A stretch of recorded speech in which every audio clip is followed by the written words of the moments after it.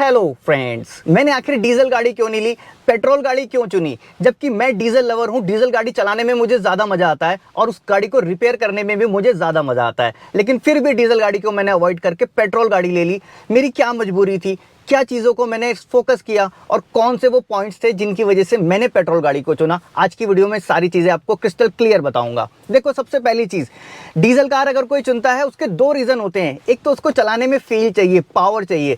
दूसरा, उसको बचत भी चाहिए, पैसे कम लगने चाहिए, क्योंकि डीजल गाड़ी का माइलेज ज़्यादा होता है, पेट्रोल का कम होता है। सिंपल सी बात है। एक छोटा सा रूल होता था, 2000 किलोमीटर से कम गाड़ी चलाते हो तो फिर आप पेट्रोल गाड़ी ले लेना, मेंटेनेंस क्योंकि कम होता है।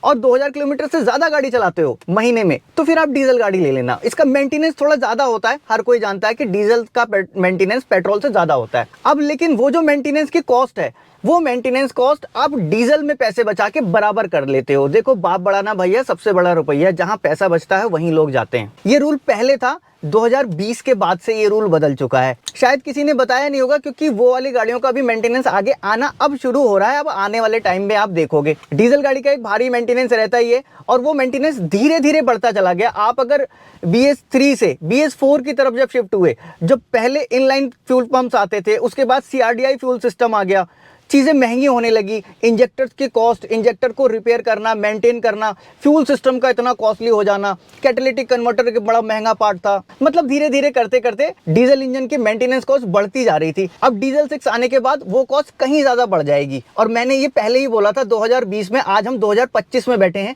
5 साल हो चुके हैं इस चीज़ को आए हुए। मैंने किसी भी अपने मिलने वाले को, किसी भी ऐसे सजेशन लेने वाले को डीजल कार लेने का सजेशन नहीं दिया। मैंने यही बोला होगा कि साहब प्लीज़ अवॉइड करना अभी, क्योंकि अभी टेक्नोलॉजी को टाइम लगता है हमारे इंडिया में अपडेट होने में। हाँ, अगर बाहर की कंट्रीज में होता है तो वो लोग आगे चलते हैं। हर कोई जानता है जापान हमसे टेक्नोलॉजी में अभी 10-20 साल आगे होगा।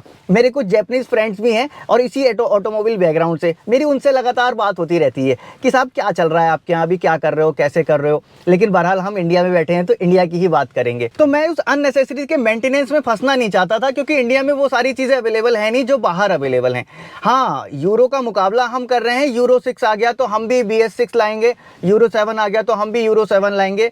लेकिन हमारे यहाँ वो उतनी सुविधाएं नहीं है, हमारे यहाँ टेक्नोलॉजी अभी पीछे है। अब इसका जो मेंटेनेंस बढ़ने का जो कारण था वो बताता हूँ आपका, क्यों बढ़ने वाला है और क्यों सर्विस सेंटर के चक्कर लगने वाले हैं। और लोगों के लगने शुरू भी हो गए हैं। मेरे पास बहुत सारी कंप्लेन आने लग गई कि साहब ऐसा हो रहा है, ऐसा हो रहा है। क्या क्या हो रहा है मैं आपको गाड़ी में दिखाता हूँ। मैं डीजल गाड़ी में बैठा हूँ, BS6 गाड़ी है, हुंडई क्रेटा। देखो, मैं जो भी बात करता हूँ लॉजिकल करता हूँ, विद प्रूफ करता हूँ। आपको वो सारे पॉइंट्स दिखाता हूँ जिनकी वजह से मैंने गाड़ी को अवॉइड किया और जिनकी वजह से सर्विस सेंटर के चक्कर लगने के चांस हो सकते थे। क्रेटा का मैंने इंजन बे खोल दिया ताकि वो पार्ट आपको दिखा सकूं। उस पार्ट का नाम है DPF।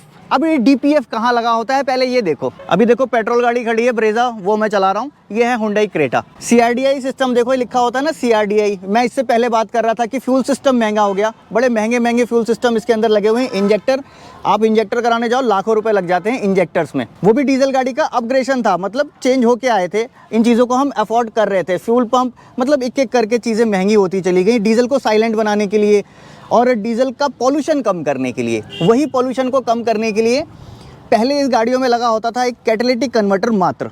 वो क्या करता था, नॉक्स को कम करता था। लेकिन अभी यहाँ पे लगा हुआ आपको दिखेगा, देखो ये वाला पार्ट, इसको बोलते हैं DPF। गर्म होता है तो हाथ नहीं लगाना है, थोड़ी सी गाड़ी गर्म है। मैं आपको इधर से दिखाता हूँ। अब ये DPF में आप देखो, एक अलग से एक इंजेक्टर देख रहे हो, पीछे सेंसर देख रहे हो, पीछे लाइन देख रहे हो। एक्चुअल में क्या है, DPF का एक काम है, वो है इसके एग्जॉस्ट से निकलने वाले कार्बन को रोकना। अब वो रोकेगा कैसे? देखो, डीजल कुछ भी आप कर लो, कितना भी कर लो, कार्बन प्रोड्यूस करेगा ही करेगा। अब उस कार्बन को ट्रैप करने के लिए एक अलग से जाल लगा दिया गया। अब इस ट्रैप करने वाले जाल को ही हम DPF कहते हैं। अब इस DPF को क्लीन करना भी एक बड़ी मुसीबत बन गई। कैसे? देखो जी, कार्बन अगर निकल रहा है, उसको एक चीज़ ट्रैप कर रही है तो वो चोक हो जाएगी। अब जब वो चोक हो जाएगी तो पॉसिबल नहीं कि हर बार इंसान खोल खोल के साफ करे। अच्छा, अब इसके अंदर रीजनरेशन का सिस्टम लगा दिया गया जी। हम अपने आप उस कार्बन को जला देंगे, इतना ज़्यादा हाई टेम्परेचर पे ले जाके उसको जलाएंगे कि वो राख बन के निकल जाए। अब उसके लिए कुछ एक्स्ट्रा सेंसर्स लगाने पड़े। देखो, मैं जितने भी एक्स्ट्रा पार्ट की बात बता रहा हूँ ना, उससे मेंटेनेंस बढ़ता है। और कुछ पार्ट्स होते हैं अपने खराब होने के साथ साथ दूसरे पार्ट्स पे इफेक्ट डाल देते हैं। लेकिन ये DPF सीधा सीधा इंजन पे इफेक्ट डालने वाला था। कैसे डालने वाला था, देखो मैं क्लियर कर रहा हूँ।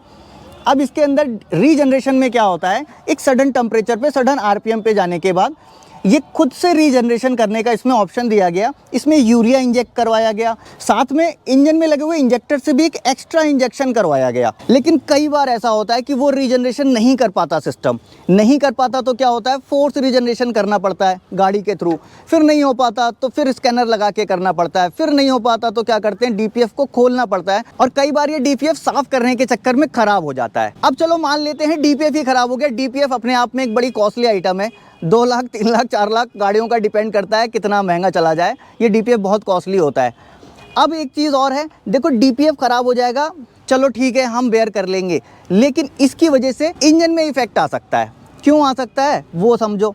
देखो इसके अंदर जो सारे सिस्टम लगे हैं, इसके अंदर सेंसर, टेम्परेचर लेने वाला, रीडिंग लेने वाला, और उसको किलोमीटर की भी स्पीड का भी सेंस चाहिए, सारे सेंस चाहिए, तब जाके वो रीजनरेशन होता है। इनमें से कोई भी एक सेंस अगर मिस हो गया, कोई भी सेंसर सही काम नहीं किया, तो डीपीएफ क्या होगा, चोक हो जाएगा। अब उस चोक वाली कंडीशन में सबसे ज़्यादा लोड पड़ता है इंजन पे, क्योंकि आप देखो एक तरफ से हवा जाती है, देखो ये इनटेक साइड है, और एग्जॉस्ट साइड से धुआं निकलता है, जली हुई गैसेस निकलती हैं।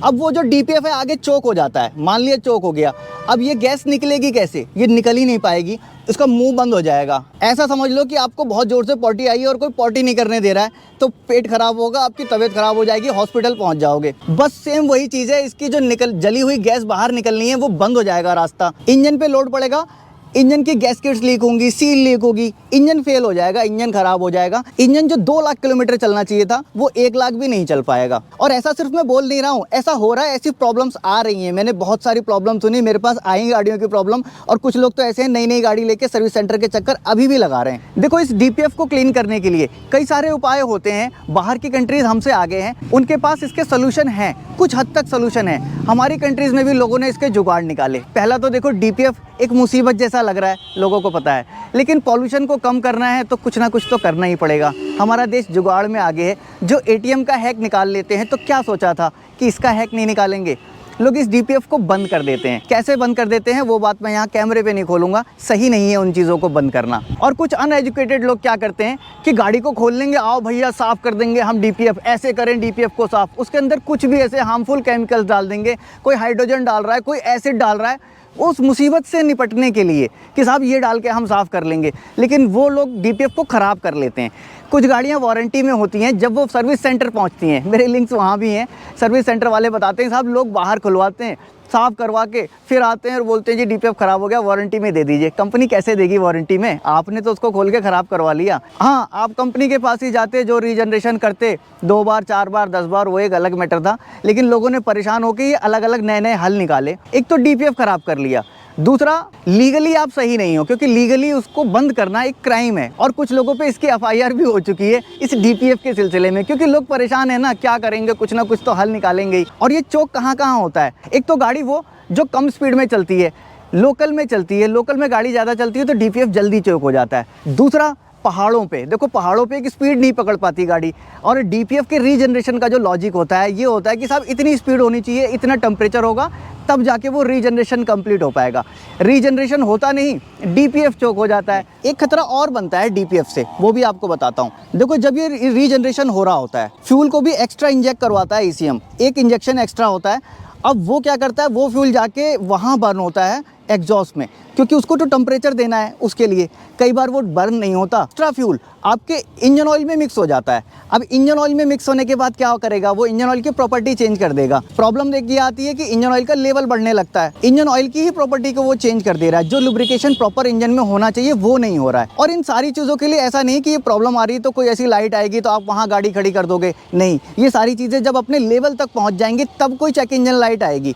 पहाड़ पे लोग जाते हैं, लो टेम्परेचर पे जाते हैं, वहाँ पे इस यूरिया वाला इंजेक्टर चौक हो जाता है, फिर गाड़ी को लिफ्ट करके लाया जाता है कि साहब ये हो गया। तो ये सारी चीज़ों को देखने के बाद मुझे ऐसा लगता है कि यार ये मेंटेनेंस उस लेवल तक जा चुका है कि ये पेट्रोल के बराबर ही पड़ रहा है, तो फिर मैं क्यों ना पेट्रोल गाड़ी ही ले लूँ और पेट्रोल गाड़ी में खुश रहूँ। और ये सिर्फ मेरा ही मानना नहीं था, बड़ी बड़ी मैन्युफैक्चर्ड कंपनियों ने ये फैसले लिए। अगर आप ध्यान लगा के सोचो तो देखना 2020 के बाद से कौन कौन सी कंपनियों ने अपने डीजल इंजन ही बंद कर दिए। मारुति का सबसे ज़्यादा चलने वाला इंजन डीजल इंजन, उनके डीजल मॉडल ही बंद कर दिए, पेट्रोल इंजन पे काम करना शुरू कर दिया। लॉजिक है कि आगे चल के ये प्रॉब्लम्स आएंगी, तो कुछ लोगों ने उन प्रॉब्लम से लड़ने का, R&D करने का फैसला लिया, तो थोड़ी बहुत इक्का दुक्का गाड़ियाँ निकालना शुरू की। अगर आप कंपेयर करो रेट से भी तो डीजल पेट्रोल में कुछ बहुत ज़्यादा फ़र्क नहीं रह गया है, लगभग बराबर आ गए। और अभी जो पेट्रोल गाड़ियाँ आ रही हैं उनके माइलेज इतने इंप्रूव हो चुके हैं कि लगभग वो आपको एक बराबर निकाल के दे ही जाती हैं। तो बस इन्हीं चीज़ों को कंसीडर करते हुए मैंने चुनी थी पेट्रोल कार। हाँ, आने वाले समय में अगर ये टेक्नोलॉजी इंप्रूव होती है, कुछ इसके सोल्यूशन निकल आते हैं,